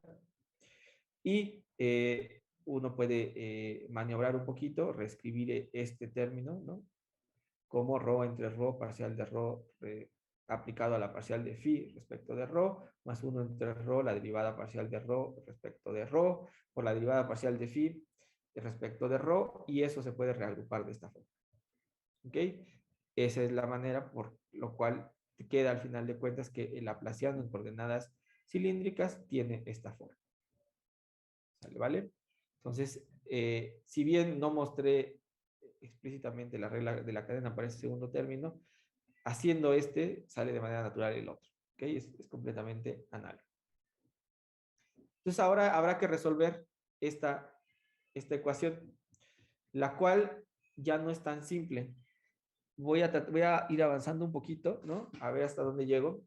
Pero lo que hay que hacer es, tengo tres variables y tengo que proponer la solución en términos de la separación de esas tres variables. Por lo tanto, ahora voy a proponer que mi solución, mi función phi, que va a ser solución a esa ecuación diferencial, la puedo reescribir como el producto de tres funciones. ¿Ok? Una función R mayúscula que solamente depende de rho, una función F mayúscula que solamente depende de phi, y una función Z mayúscula que solamente depende de Z. Hacemos lo que hicimos en el caso de las cartesianas, sustituyo phi en la ecuación diferencial, ¿no? La puse en color rojo, ahora no distinguí cuál es la que sí va a ser afectada y cuál es la que no. Creo que ya empiezan a agarrar la onda de qué es lo que va a suceder. Esta derivada parcial de rho solamente afecta a esta R, F y Z no son afectadas porque son funciones que no dependen de rho. Aquí esta derivada solamente va a afectar a la función F y esta derivada aquí solamente va a afectar a la función Z. Entonces, el siguiente paso es muy natural. En este primer término, F y Z salen, ¿no? Como constantes y entonces te queda esta operación o este operador. En este segundo término sale R y Z como constantes y solamente tenemos una segunda derivada respecto de una segunda derivada de F respecto de phi. Y en este último término, R y F salen de la derivada porque esta solamente afecta a la dirección Z y la función Z mayúscula es la única que depende de esa dirección. Como les dije, el siguiente paso, muy mecanizado, es dividimos todo entre R por F por Z, es decir, dividimos entre phi. ¿Ok? De tal manera que ahora tenemos esta expresión. Esto dividido entre phi, pues se va a cancelar la F, la Z y va a quedar solamente R abajo, como está expresado aquí. Cuando dividamos esto entre phi, se va a cancelar la R, la Z y lo que va a sobrevivir es la F. Aquí está. Y este objeto, cuando yo lo divida por phi, lo que se va a cancelar es R y F y lo que va a sobrevivir es la Z. Aquí está. No solo eso, si se dan cuenta en este paso, además de haber dividido, esto que está aquí lo pasé a la derecha. Porque ese objeto que resultó, ese sí que ya es completamente independiente de R, de rho y de phi, si se dan cuenta. Entonces ya lo puedo desacoplar. Y lo que hago es proponer que el lado izquierdo y el lado derecho son iguales a la misma constante, ¿verdad? Lo vamos a igualar a la constante menos k cuadrada y lo que obtengo es esta ecuación diferencial para z y esta otra ecuación diferencial todavía para r, para rho y para phi. ¿Ok? Entonces, ¿qué es lo que hago? Voy a seguir manipulando esta expresión para tratar de desacoplar la dirección rho y la dirección phi. ¿Qué es lo que voy a hacer? Si ven esto que está aquí, voy a agarrar y multiplicar todo por rho cuadrada. Rho cuadrada, rho cuadrada, rho cuadrada, porque así me voy a quitar toda la dependencia de rho en este término. Hago eso y el primer término, tiene un rho cuadrada aquí arriba, que es lo que les decía. Este que está aquí lo paso hacia la izquierda y lo multiplico por rho cuadrada. Y este que está acá lo paso a la derecha y lo multiplico por rho cuadrada. Se van a cancelar las rhos y me van a dejar un término completamente independiente de rho. Y entonces depende solamente de phi. Y una vez más puedo proponer que este lado izquierdo y este lado izquierdo y este lado derecho son iguales a la misma constante que la voy a proponer como alfa cuadrado. ¿Ok? He logrado desacoplar ahora sí todas las direcciones. La dirección F, la dirección R y la primera que había desacoplado es la dirección Z. Tengo que resolver tres ecuaciones diferenciales ordinarias de segundo orden, ¿ok? Y lo que uno hace, ustedes ya saben resolver esas ecuaciones, ¿no? Es darle solución a cada una de ellas, ¿no? Para el caso de la Z, el caso de Z, pues si K es diferente de 0, vamos a tener esta solución. Si K es igual a 0, vamos a tener esta otra que está aquí. C y C' son funciones arbitrarias que una vez que impongamos condiciones a la frontera, las vamos a poder determinar, ¿no? También en este caso, ¿no? C1 y C2 son también constantes arbitrarias. La K también. Necesitamos imponer condiciones a la frontera o condiciones iniciales para saber qué valores van a tener. Para el caso de la función f, que depende del ángulo, ¿no? La solución es o esta a, que depende de alfa por e a la i alfa phi, con alfa diferente de 0 y phi que vive entre menos infinito e infinito. O bien, si alfa es igual a 0, pues vamos a tener esta constante b por phi más b', que es una segunda constante. Esta es una función que depende de la forma angular, ¿no? Entonces existe una restricción ahí, ya que el potencial debe de ser univaluado, ¿verdad? Lo que se requiere es que f de phi sea igual a f de phi más 2n pi. Es decir, cada vez que le des una vuelta al plano, tienes que volver a llegar a la misma función. Das 2 vueltas, llegas a la misma función, al mismo valor. Entonces tenemos que cumplir esta condición. Y si Profesor, cumplimos ¿sí? perdón que le interrumpa. ¿Puede regresar tantito la diapositiva? Solo un segundito, por favor. Gracias. Sí. Ustedes me dicen. Ya, muchas gracias, profesor. Vale. Entonces, al imponer esas condiciones, ¿no? De periodicidad, esencialmente lo que estamos haciendo, ¿no? Para el caso alfa igual a 0, lo que vamos a pedir es que esta f de phi, que ya dijimos que es b por phi más b', sea igual a b por phi más 2n pi más b', que es igual, que eso es f de evaluado en phi más 2n pi. Eso lo que me va a dar como solución, o lo que me va a arrojar, es que b tenga que ser igual a 0. Entonces, esta f de phi para ese caso va a decir que solamente se tiene b' diferente de 0. Para la parte radial es un poquito más laborioso, ya no es una cosa tan trivial, una ecuación diferencial tan trivial. De hecho, esta es la primera muestra de la necesidad de aprender funciones especiales. Esta ecuación diferencial no es nada trivial, ni es una cosa que salga así rapidísimo.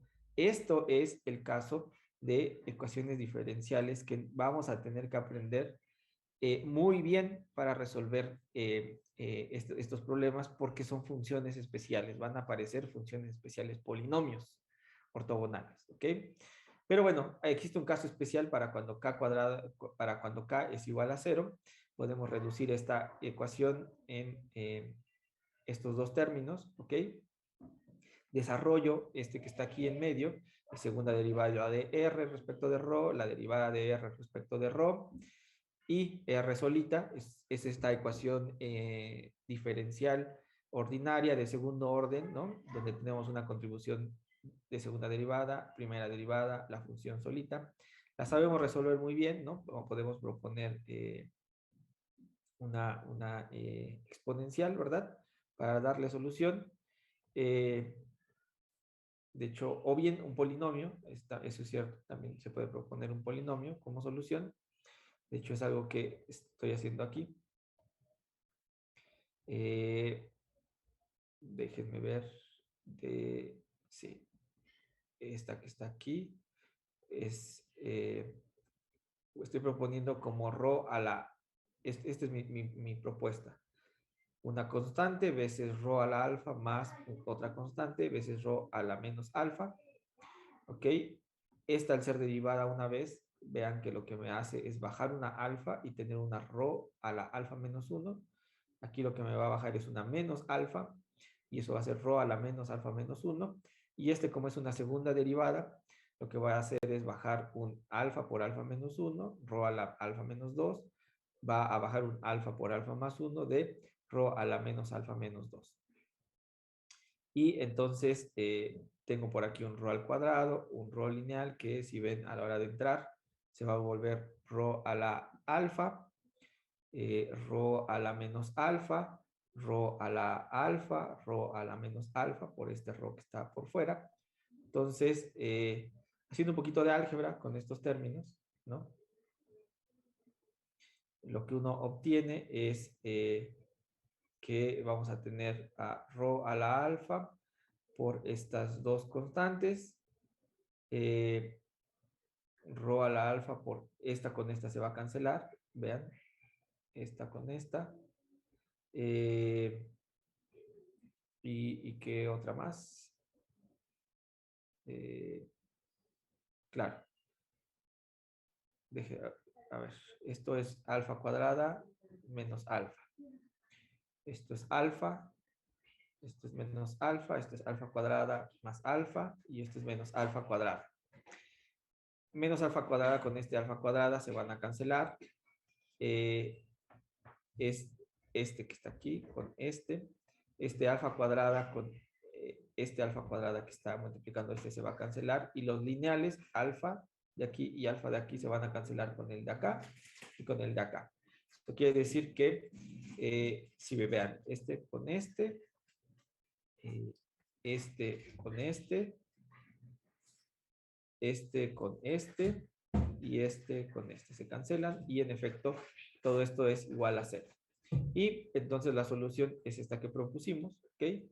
Para cuando alfa es diferente de 0, y si alfa fuese igual a 0, va a resultar que es rho veces el logaritmo natural de rho más una cierta constante.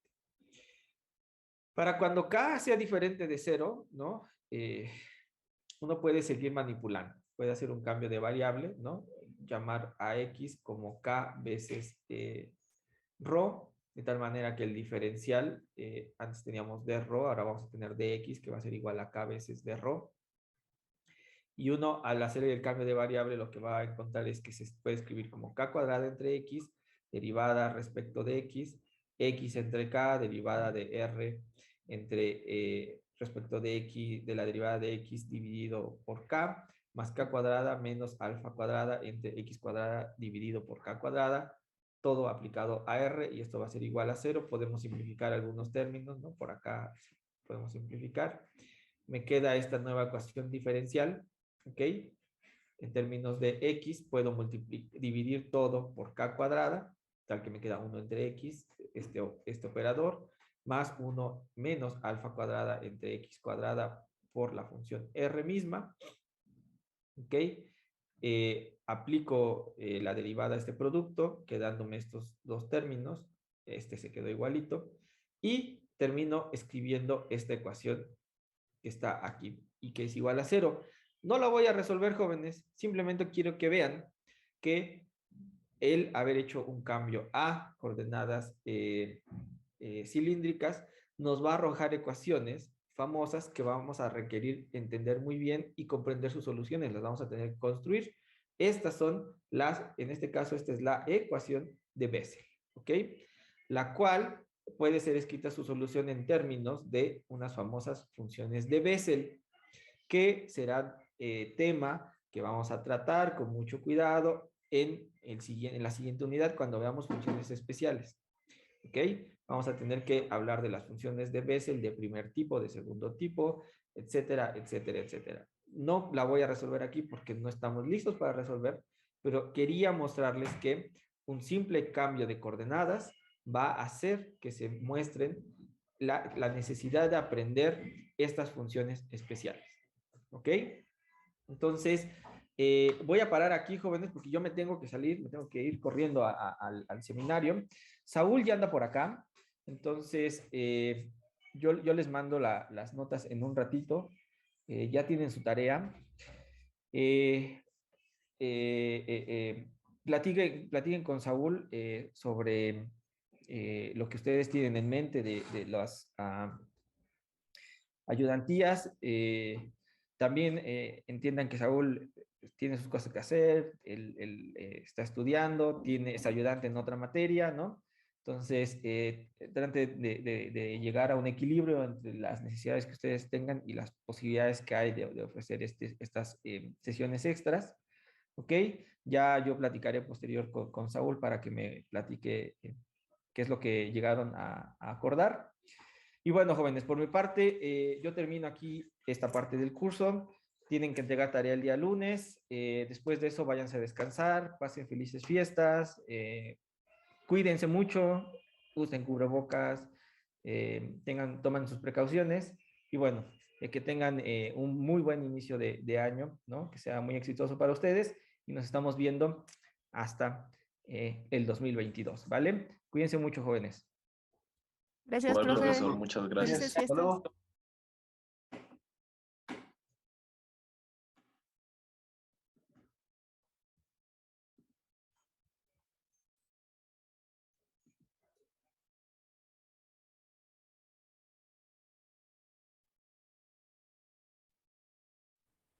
Sí. Mm, ¿Ya se escucha? Ah, ya. Sí, Ya ya. veo. Ya. Me comentó el doctor que querían platicar sobre una sesión de ayudantía. A ver, díganme qué tienen pensado. En principio, en la planeación está programado, porque lo platiqué con el doctor, que íbamos a tener una sesión de solución de problemas los días viernes de 3 a 4:30. Así es como está planteado en la planeación que se entregó al inicio del curso. Pero a ver, díganme si tienen alguna otra propuesta o, o qué piensan.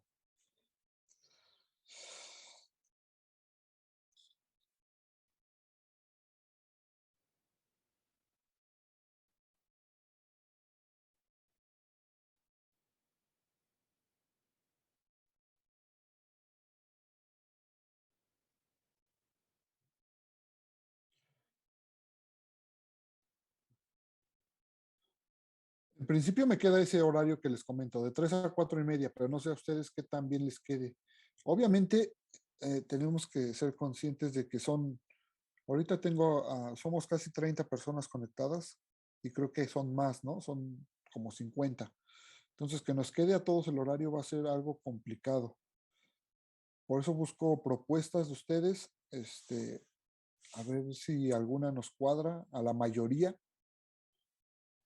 Yo tengo esa de 3 a 4:30, que es también porque el doctor me dijo que a esa hora me puede prestar su plataforma de Zoom para no batallar con una plataforma personal y que se nos esté cortando cada 40 minutos.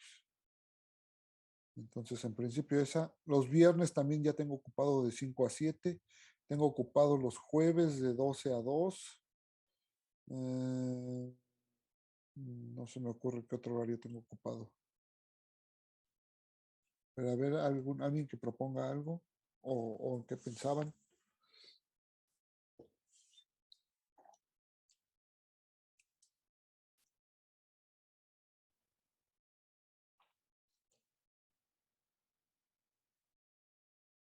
Ujú. A ver, el horario, el horario propuesto es de 3 a 4:30 los días viernes. A mí sí me queda ese horario.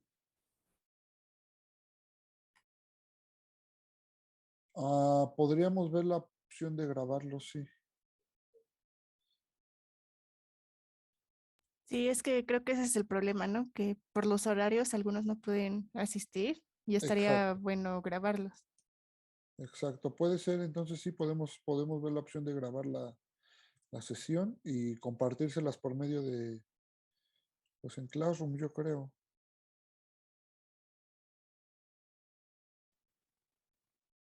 Más que nada, creo que el profesor le comentó sobre las asesorías, porque muchos mencionan, hace falta como de ejercicios.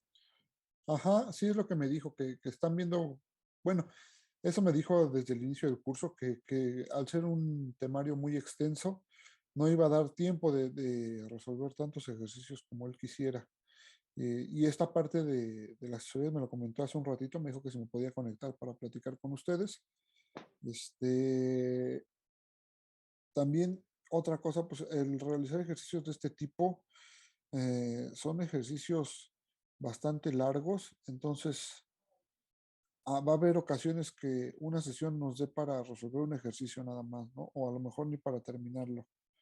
Eh, yo tengo pues, un compendio ahí de ejercicios de esta materia, entonces podría yo proponerles un ejercicio. Si en caso de que ustedes quieran un ejercicio en especial, este, pues lo que les pediría es que me lo mandaran con un par de días por lo menos de anticipación, que digan, ya platicamos entre varios y queremos ver cómo se resuelve este ejercicio.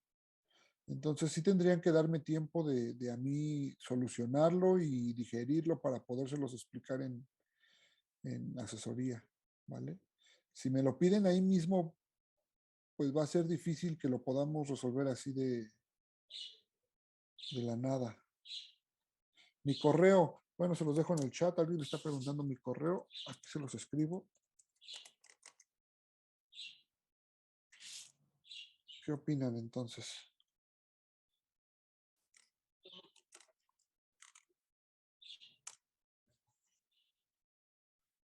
Ajá, perfecto. Entonces, ¿les parece si mantenemos ese horario entonces el viernes de 3 a 4 y media?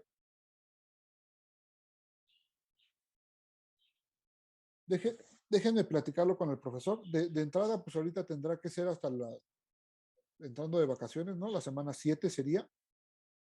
En un rato más platico con el profesor a ver qué me dice, si sí me va a prestar su cuenta de Zoom. De no ser así, yo les compartiría el link para reunirse a través de Classroom, ¿vale? Para cualquier otra cuenta de Zoom que consiga. ¿Les parece? Hay varios que sí pueden a esa hora, porque tampoco me gustaría grabarme yo solo y, y ya nada más subirles el video. Me gustaría que estuvieran y que interactuar con algunos de ustedes por lo menos. Pues si quieres, levantamos la mano quien puede los viernes de 3 a 4 y media, ¿no? Ah, por favor, sí, para darme una idea de que sí, Ah, no, sí, hay varios. Bueno, varios, no tantos. La mayoría no puede. Tengo 1, 2, 3, 4, 5, 6, 7, 8, 9, 10 personas que sí pueden.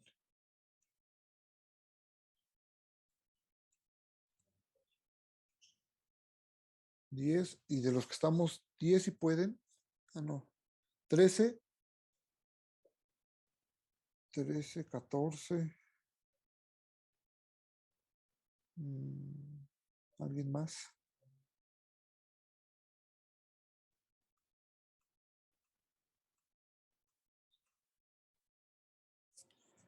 14. De 3 a 4 y media. Ajá.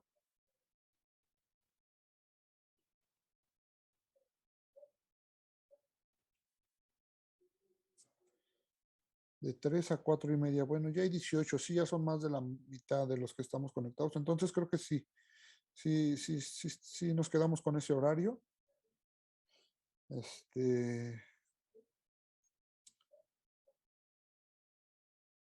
Y ya nada más yo le comento al doctor para ver si me presta su cuenta de Zoom. ¿Les parece? Vale, entonces en principio les digo, yo voy a traer propuesto algún ejercicio, me voy a poner de acuerdo con el profesor desde antes para saber qué tema es el que están viendo y traerles un ejercicio acorde a eso y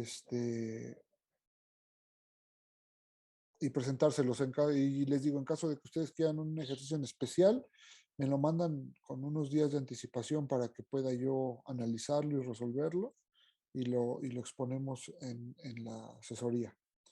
¿Vale? ¿Algo más?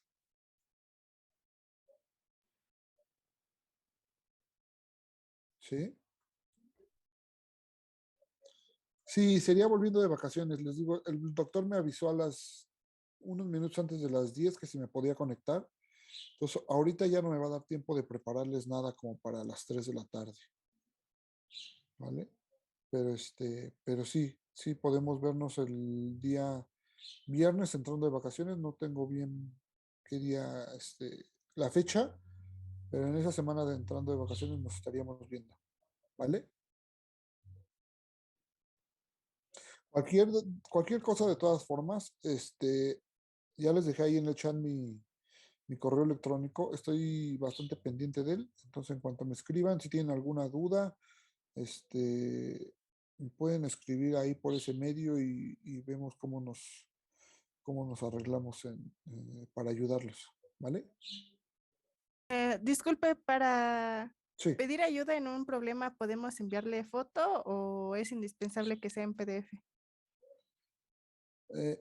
Mándame la foto. Sí, con la foto está bien. Ahí a mi correo.